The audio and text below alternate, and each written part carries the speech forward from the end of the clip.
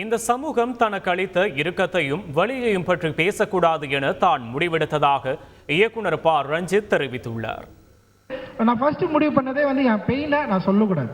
என்னுடைய இந்த சமூகம் எனக்கு உருவாக்கி கொடுத்த இறுக்கத்தை, இந்த சமூகம் என் மேல் சுமத்திய அந்த சுமையை நான் வேற யார் மேலேயும் சுமத்திடக்கூடாதுன்னு சொல்லிட்டு நான் தப்பிச்சு அப்படியே ஓடுவேன். ஏன்னா எனக்கு அது பயம், எனக்கு ரொம்ப பயம் எனக்கு. ஏன்னா எங்கள் அப்பா அம்மா பேசுகிற சீன் எடுத்தாலே நான் பயங்கர எமோஷனல் ஆகிடுவேன். என் அப்பாவும் அம்மாவும் உட்காந்து ஒரு சீனை நடிக்க, அந்த மாதிரி ஒரு சீனை நான் எழுதிட்டேன்.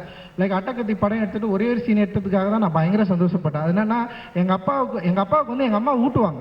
அதில் அவருக்கு அப்பாவுக்கு அம்மா ஊட்டுவாங்க சாப்பாடு. அப்பா அவர் குடிச்சிட்டு கத்திட்டே இருப்பாரு. அம்மா உட்கார வச்சு அப்படியே சாப்பாட்டை கலக்கி வாயில ஊட்டுவாங்க.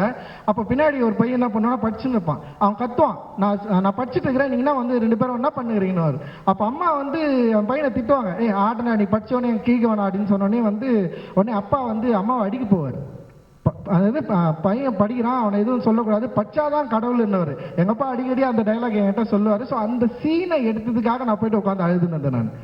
இப்போ அவன் பெயினை காட்டுறப்போ கைத்தட்டி கொண்டாடுற கூட்டம், அவன் கர்ணனா நின்று சண்டை செய்கிறப்போ அவன் பயங்கரமாக ஒரு வயலன்ஸை க்ளோரிஃபை பண்ணுறாரு. மோசமாக இல்லை என்ன, நான் என்னதான் எடுக்கணும், எப்படி தான் எடுக்கணும், எனக்கு டீச் பண்ணிட்டே இருப்பியா நீ, எனக்கு தொடர்ந்து கிளாஸ் எடுத்துட்டே இருப்பியா, நீ இப்படி பேசு, நீ இப்படி நில்லு, நீ இந்த பக்கம் அப்படி போ, நீ இப்படி எங்களுக்கு சொல்லி காட்டு, எங்களுக்கு புரியவே இல்லை எனக்கு.